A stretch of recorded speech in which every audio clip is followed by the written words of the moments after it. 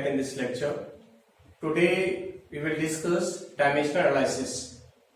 Already we have discussed in the previous lecture what is the dimensional formula, how we can derive the dimensional formula of physical quantities. हम physical quantities का dimensional formula कैसे drive करके लेके आते हैं ये हमने previous lecture में लर्न किया था. डायमेंशंस कैसे फाइंड आउट करते हैं ये भी प्रीवियस लेक्चर में डिस्कस किया था. हमने दो एप्लीकेशंस भी उस प्रीवियस लेक्चर में डिस्कस कर ली थी. तो today we will discuss complete applications and limitations of dimensional analysis. आज हम डिस्कस करने वाले हैं आपके साथ एप्लीकेशंस. दो एप्लीकेशन पहले पढ़ी थी, उन सबको जो पहले पढ़ रखी थी वो भी, और आगे नेक्स्ट वाले पढ़ेंगे लिमिटेशंस. तो applications and limitations of dimensional analysis. So let's start from the application of dimensional analysis. Application of dimensional analysis. First application discuss करते हैं. फर्स्ट एप्लीकेशन है to write down the unit of a physical quantity into a specific system of units. To write the unit of a physical quantity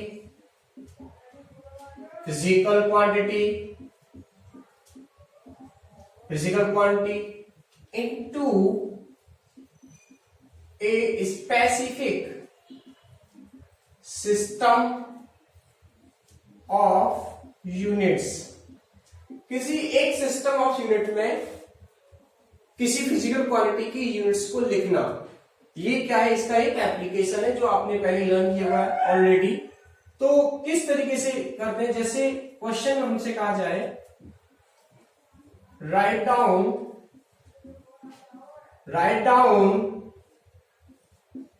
the unit of velocity in CGS system. किसमें लिखना है, CGS system में कहा उसने. Write down the unit of velocity in CGS system में. तो सबसे पहले आपको क्या करना होगा, first of all we have to write down the dimensional formula of the quantity. Dimensional formula लिखेंगे. Dimensional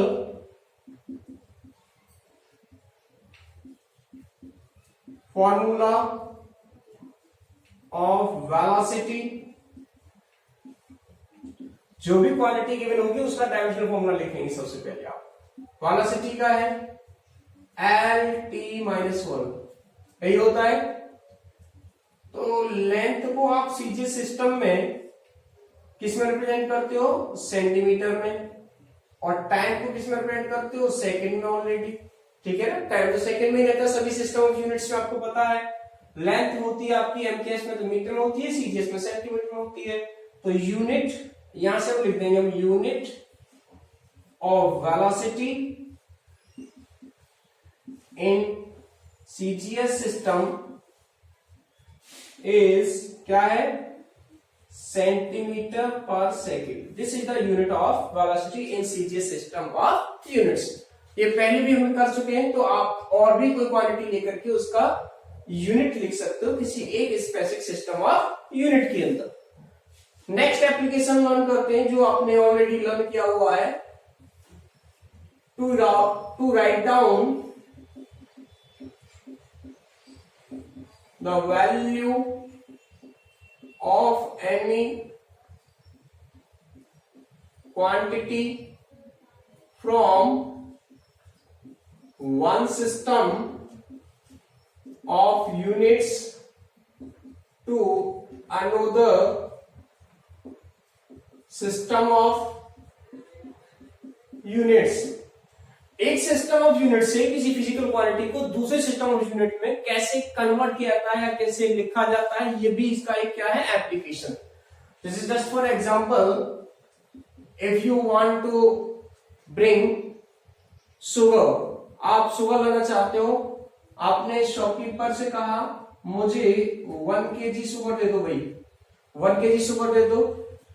same thing another person कहता है 1000 ग्राम शुगर दे दो मुझे। तो आप ये बताओ क्या ये दोनों चीज, ये दोनों जो हमने यहां लिखी है क्वांटिटीज में, वो सेम है या नहीं है?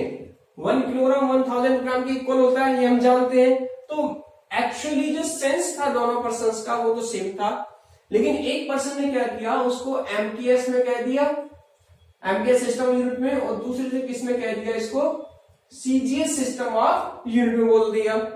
तो एक ने तो कह दिया इसको एमटीएस में, और दूसरे वाले ने कह दिया इसको किस में, सीजीएस सिस्टम ऑफ यूनिट में। तो बात तो वही है, दोनों कहना एक ही चीज चाहते हैं, लेकिन उनका तरीका दोनों का अलग अलग है। अगर हम ऐसे बात करें कि इसकी न्यूमेरिकल वैल्यू n1 है, इसकी यूनिट u1 है, दूसरे की n2 है और यूनिट ये है, तो सारी क्या नहीं, कांस्टेंट है। इट मींस न्यूमेरिकल वैल्यू और यूनिट का मल्टीप्लिकेशन, दोनों का प्रोडक्ट हमेशा क्या रहता है, ऑलवेज कांस्टेंट रहता है। जैसे हमसे कहा जाए write down 1 Newton force in CGS system, CGS system में कह दिया हमसे लिखने के लिए। तो सबसे पहले आपको वर्क वही है, डायमेंशनल फॉर्मूला नोट करेंगे, या आप लिख सकते हो from the principle of homogeneity, ये प्रिंसिपल ऑफ होमोजेनिटी है। तो डायमेंशनल फॉर्मूला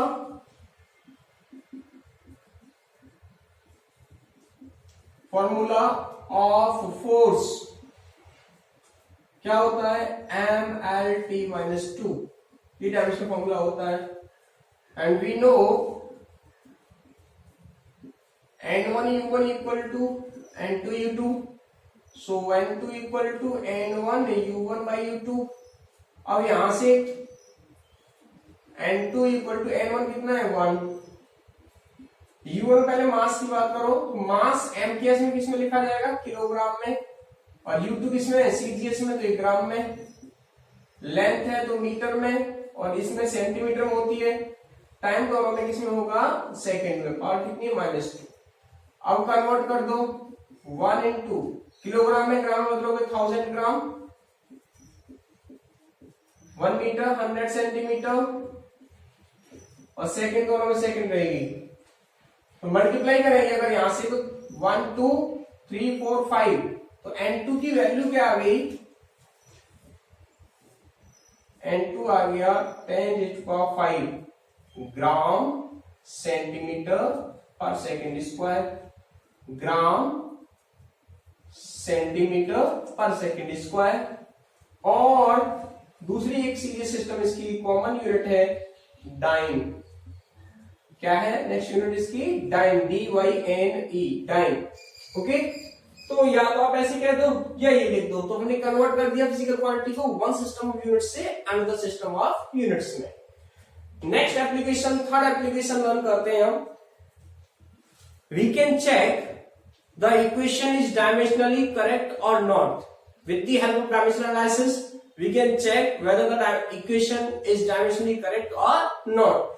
तो इसका थर्ड एप्लीकेशन है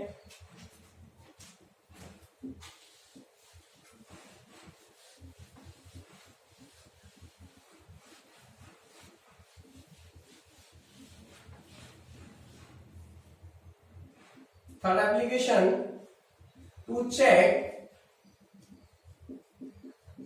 whether the equation is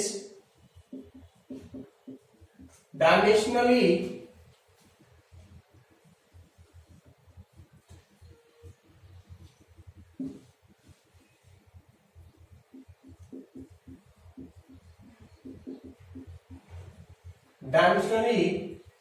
correct or not. कोई इक्वेशन डायमेंशनली करेक्ट है या नहीं है, ये हम डायमेंशनल एनालिसिस से चेक कर सकते हैं। कैसे? अब जैसे हमें कह दे क्वेश्चन के अंदर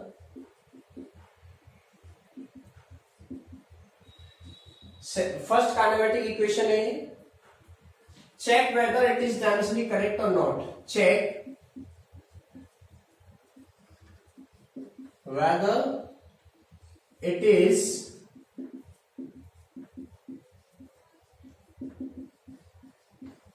dimensionally correct or not. ये डायमेंशनली करेक्ट है या नहीं है. तो आपको क्या करना होगा इसमें, अगर डायमेंशनली इक्वेशन करेक्ट है तो बोथ साइड से पहले डायमेंशनल फॉर्मूला लिखेंगे आप. ठीक है, क्या लिखेंगे? डायमेंशनल फॉर्मूला दोनों ही साइड से. तो पहले equation v equal to u plus a t, तो यहां से देखेंगे, यहां लिखते हैं पहले कंडीशन इसकी, if dimensions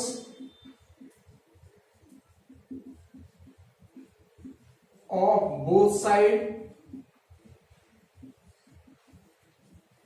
of every term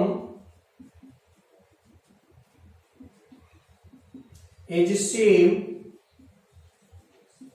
then the equation is dimensionally correct. Then the equation is dimensionally correct, otherwise incorrect. तब क्या वो करेक्ट होगी और अदरवाइज क्या होगी? वो incorrect. It will incorrect.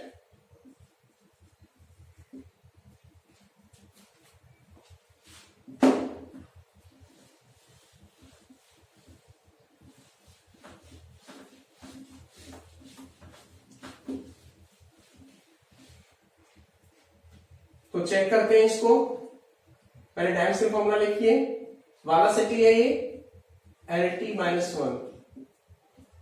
Left hand side का फर्स्ट टर्म का जो भी था आपने डायमेंशनल फॉर्मूला नोट कर दिया. राइट हैंड साइड आए तो वेलोसिटी क्या है? Initial velocity. तो इसका भी डायमेंशनल फॉर्मूला तो यही होगा, इनिशियल हो या फाइनल वेलोसिटी तो है ही दोनों, प्लस एक्सीलरेशन. एक्सीलरेशन का क्या होता है? LT minus 2. टाइम का क्या होगा? T. रीअरेंज कर लेते हैं थोड़ा सा. LT minus 1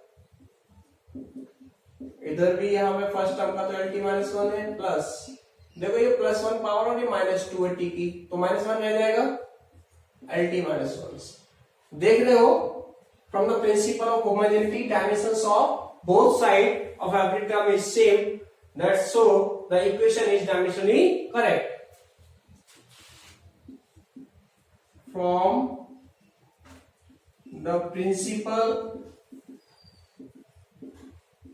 of homogeneity, from the principle of homogeneity, dimensions of each term on both sides is same, hence the given equation is dimensionally correct. तो ये इक्वेशन क्या है? डायमेंशनली करेक्ट है. अगर ऐसा नहीं होता कि दोनों साइड की जो डायमेंशंस हैं वो अगर सेम नहीं होती एवरी टर्म की, तो इक्वेशन हमारी ये डायमेंशनली करेक्ट नहीं होती. Okay students, you can check out by taking other examples, like taking by the second equation, third equation and any one formula that dimensionally correct है ये और incorrect है. ओके ओके स्टूडेंट्स, तो ये हमने third application learn कर ली. अब next application learn करते हैं. हमने तीन कौन सी एप्लीकेशन लर्न कर ली?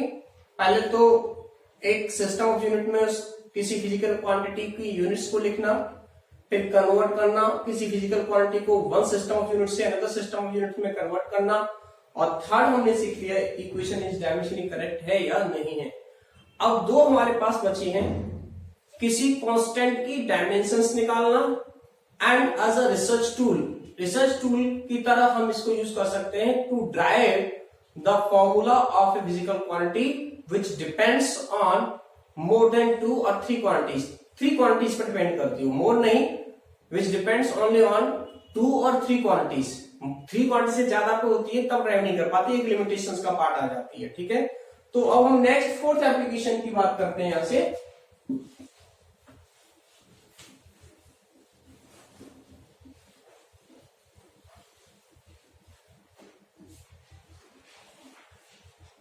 फोर्थ एप्लीकेशन है to determine the dimensions to determine the dimensions of constant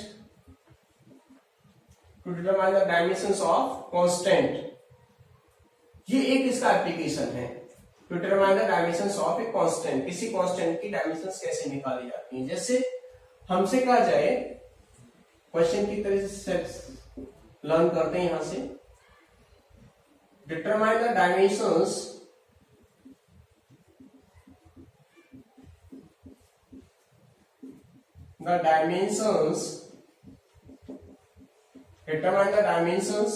of 1 over mu 0 epsilon 0 term.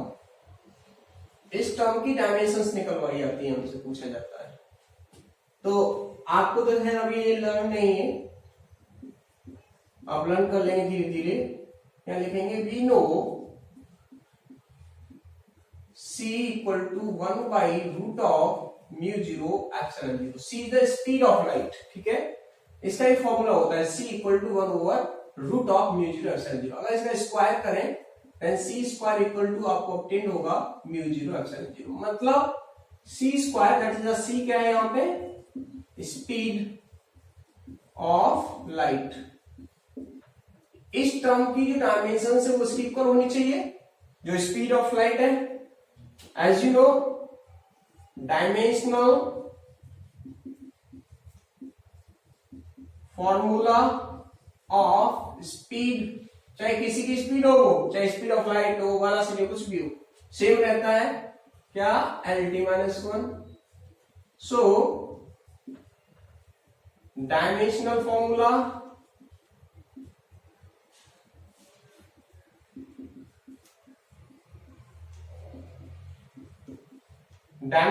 Of c square क्या होगा, L⁻², T⁻²। तो ये दोनों डायमेंशन सेम है, तो हम क्या लिखेंगे यहां से, from principle of homogeneity. Principle homogeneity क्या है, dimensions of both side should be same. Dimensions of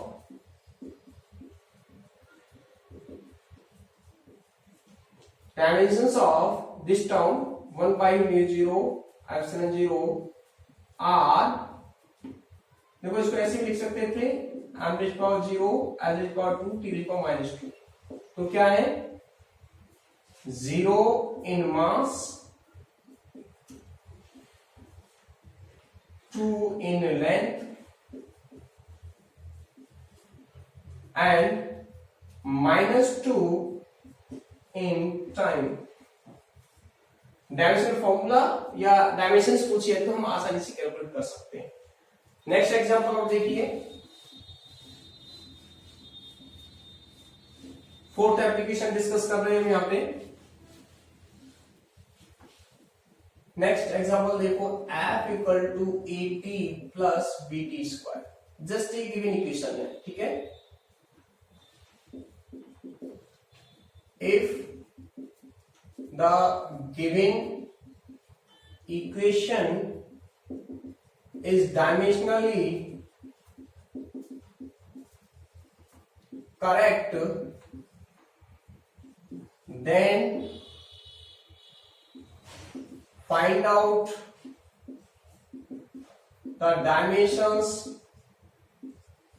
या डायमेंशनल फॉर्मूला पूछ सकता है वो आपसे। Then find out the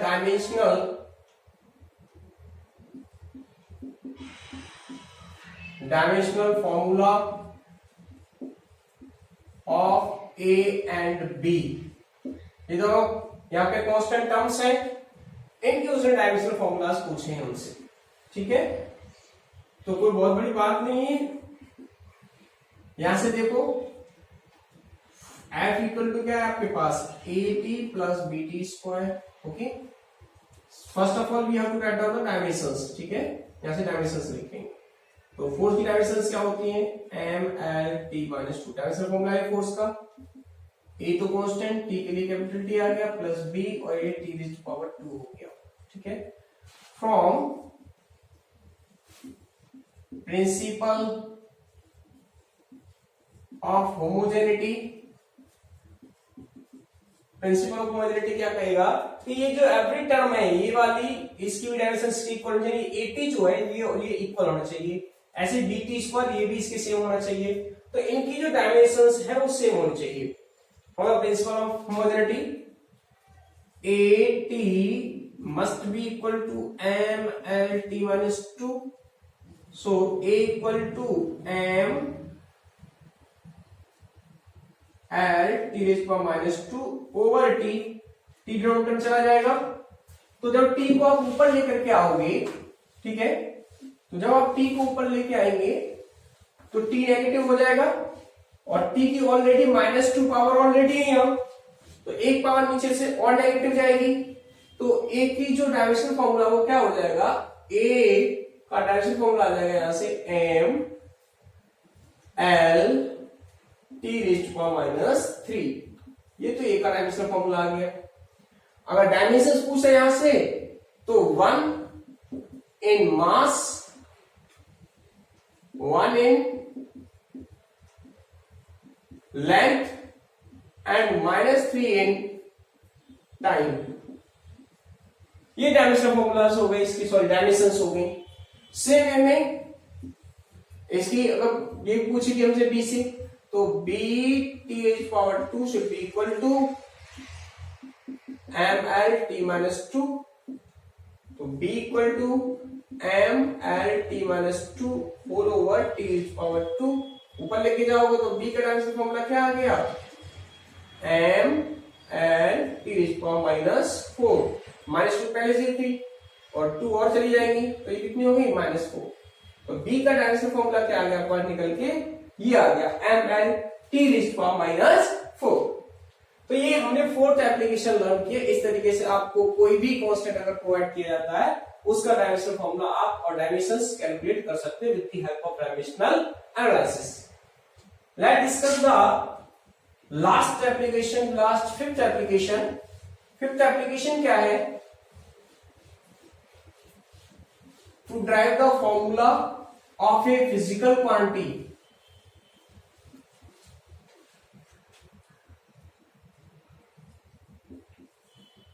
With the help of dimensional analysis,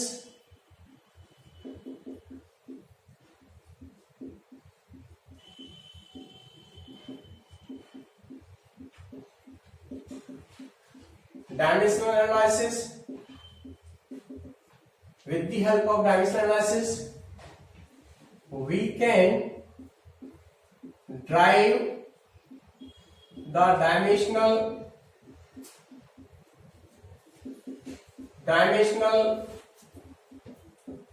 formula of a physical quantity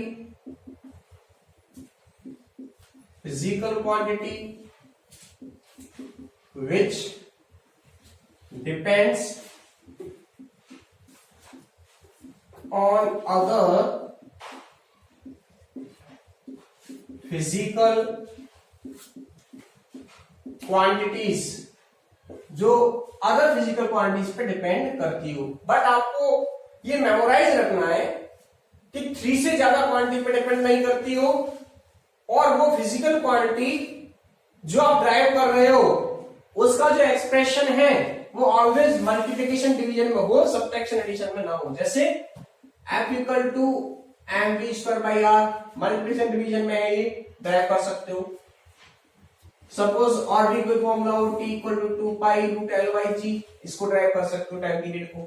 लेकिन अगर हमसे कहा जाए v equal to u plus at, इसको ड्राइव कर लो, इसको ड्राइव नहीं कर सकते आप, क्योंकि ये जो वेलोसिटी है वो डिपेंड 3 क्वांटिटीज पर ही कर रही है, लेकिन यहां क्या आ गया है, ये एडिशन आ गया है, एडिशन और subtraction.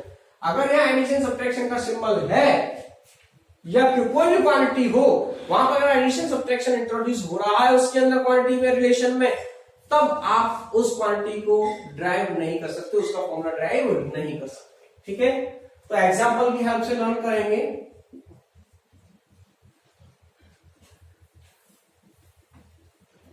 Drive the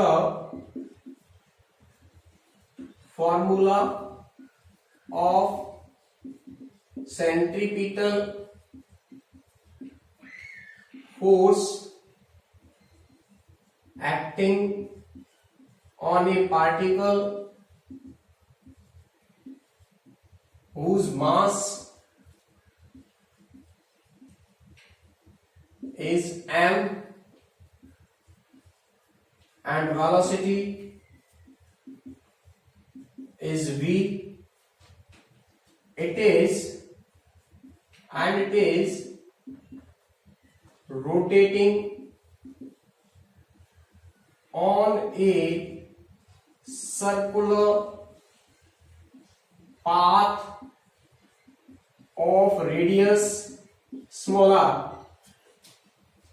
Derive the formula of centripetal force acting on a particle whose mass is m, velocity is v and it's rotating on a circular path of radius r. ये ऐसे कह देता कि किसी particle पर centripetal force का formula type कीजिए, विच depends on the mass of the particle, velocity of the particle and radius of the particle rotating on a circular path. ऐसे भी कह सकता था, मतलब ये उसको डिपेंडेंसी बतानी थी। ठीक है, तो solution, force centripetal force depending और depends on mass, velocity and radius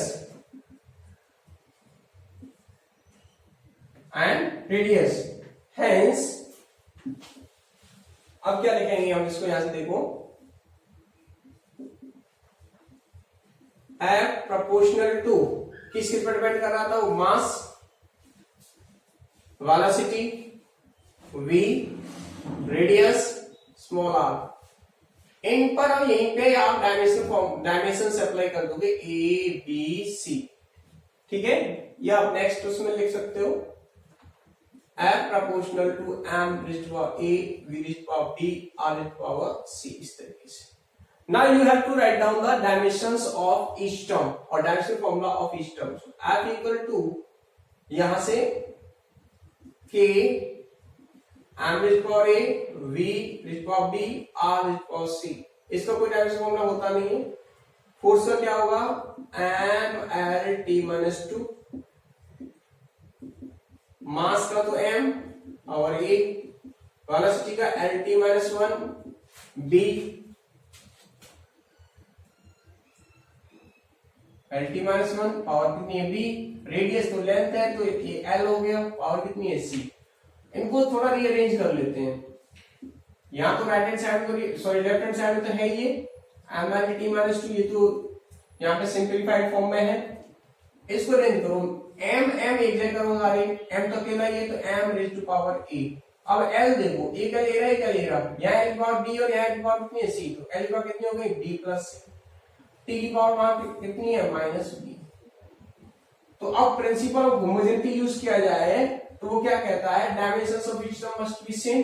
ठीक है, या आप कंपेयर कर दो, on comparing of dimensions, on comparing dimensions, on comparing the dimensions, dimension compare करो, ये तो m और यहाँ एवरेज पावर, ये तो यहाँ पे तो 1 है तो a इक्वल टू क्या मिल गया, यहाँ से 1 मिल गया आपको। ठीक है, l की कंपेयर कर लो तो यहाँ तो l है और वहां क्या है l b plus c। Equation direction correct तभी तो होगी, तो b plus c equal to 1 होना चाहिए। थर्ड वाला देखो, वहां से t raise power minus b और यहाँ t रेज़ पावर माइनस 2 है, तो b कितना आ गया 2, तो c कितना आ जाएगा -1।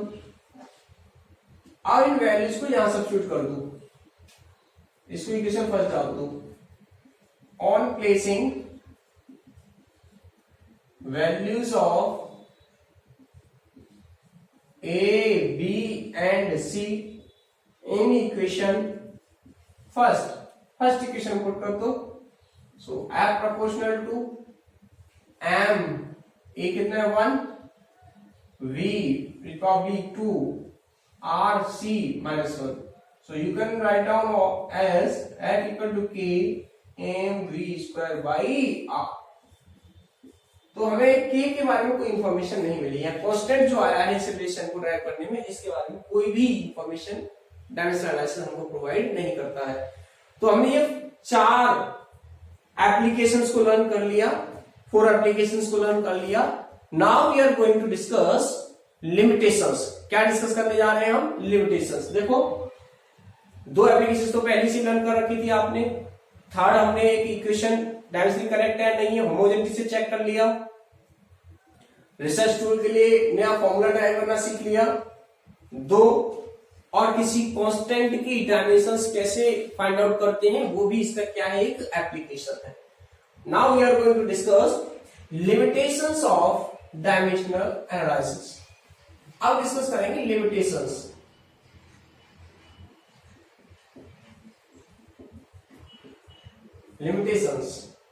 तो लिमिटेशंस ऑफ डायमेंशनल एनालिसिस क्या है? सबसे पहले लिमिटेशन तो यही है कि ये किसी कांस्टेंट के बारे में कोई इंफॉर्मेशन प्रोवाइड नहीं करता है।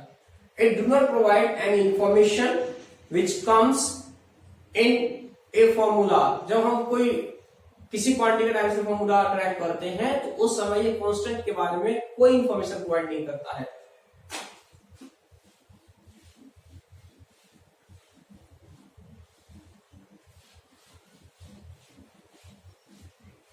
इसका फर्स्ट देखें, first limitation, with the help of dimensional analysis we cannot, या ऐसे लिख दो,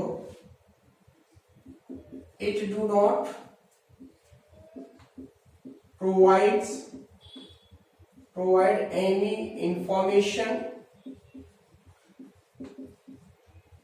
of constant which appears in final result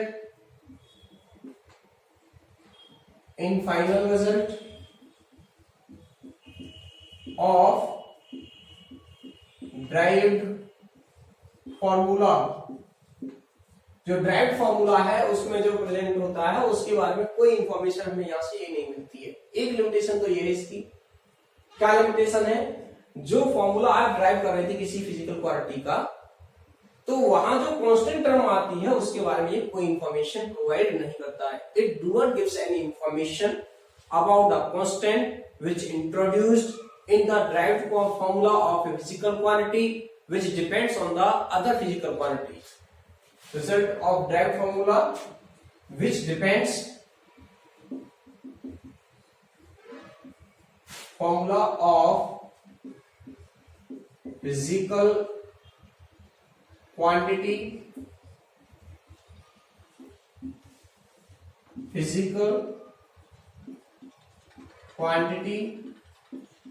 which depends on other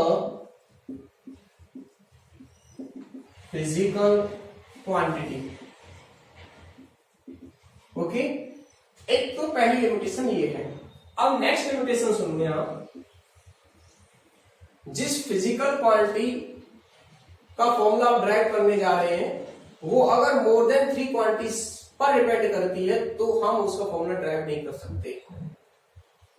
अगर फिजिकल क्वांटिटी कोई, if any physical quantity depends on more than 3 quantities, then we cannot derive the formula of that physical quantity। If a physical quantity depends more than three quantities depends on more than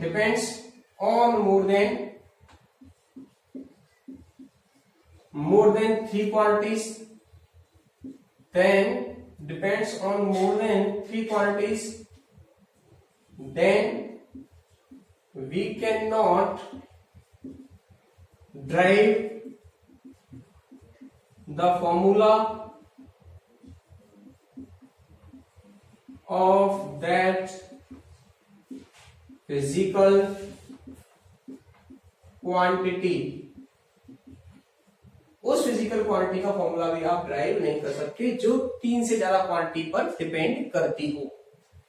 next, अगर ये जो physical quantity है उसका result in form of addition और subtraction है regarding किसके, multiplication and division को छोड़ करके, अगर वो एडिशन सब्ट्रैक्शन की फॉर्म में है तब भी हम उस फिजिकल क्वांटिटी का फॉर्मूला ड्राइव नहीं कर सकते। If any physical quantity in form of addition or subtraction, then we cannot derive the formula of that quantity, तब भी आप उसका डिराइव नहीं कर सकते हो। ठीक है, तो एक तो क्वेश्चन के बारे में इंफॉर्मेशन नहीं देती है, अगर मोर देन थ्री क्वांटिटी पर डिपेंड कर रही हो क्वांटिटी तब भी नहीं कर सकते, और यहाँ एडिशन सब्ट्रैक्शन फॉर्म में तब भी आप डिराइव नहीं कर सकते। एक और लिमिटेशन इसी से जुड़ा हुआ है, if any physical quantity depends on the three quantities and if जो तीन क्वांटिटीज पर डिपेंड कर रही है उनमें से थ्री क्वांटिटीज के डायमेंशनल फार्मूला किन्हीं दो के अगर सेम हो या तीनों फिजिकल क्वांटिटी का फार्मूला ड्राइव नहीं कर सकते। If a quantity depends on three such quantities in which the dimensional formula of two or more than two quantities is same, then we can not derive the formula of that quantity. If a physical quantity depends on such type of physical quantities that the dimensional formula of two or more than two quantities, two or more than two quantities, two or more than quantities is same,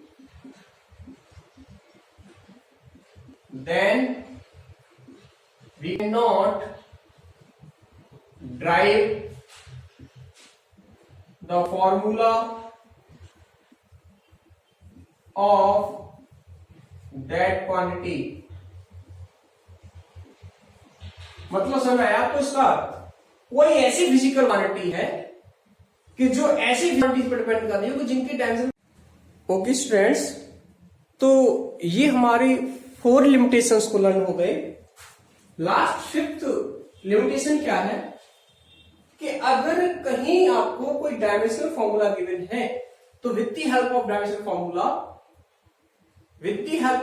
formula we can not identify the physical quantity. ये किस physical quantity का dimensional formula है। With the help of dimensional formula, ये इसकी limitation है, with the help of dimensional formula we cannot identify the physical quantity. हम किसी dimensional formula से with the help of dimensional formula we can not identify the physical quantity. हम किसी dimensional formula से ये डिफाइन नहीं कर सकते कि ये किस क्वांटिटी का डायमेंशनल फॉर्मूला है. फॉर एग्जांपल यहां पे डायमेंशनल फॉर्मूला लिख दिया जाए ml2t-2. आपसे कहा जाए write down the quantity of the dimensional formula. Right down the quantity, physical quantity of the dimensional formula. इस डायमेंशनल फॉर्मूला की फिजिकल क्वांटिटी लिखिए. तो हमें नहीं पता. क्यों नहीं पता? क्योंकि ये डायमेंशनल फॉर्मूला किस का है. देखो वर्क का यही डायमेंशनल फॉर्मूला है, एनर्जी का भी यही है. एनर्जी में चाहे काइनेटिक हो, पोटेंशियल हो, कोई भी टाइप की एनर्जी होगी तो उन सब एनर्जी का भी यही है, वर्क का भी यही है. तो इतनी सारी क्वालिटी का डायमेंशनल फॉर्मूला सेम है.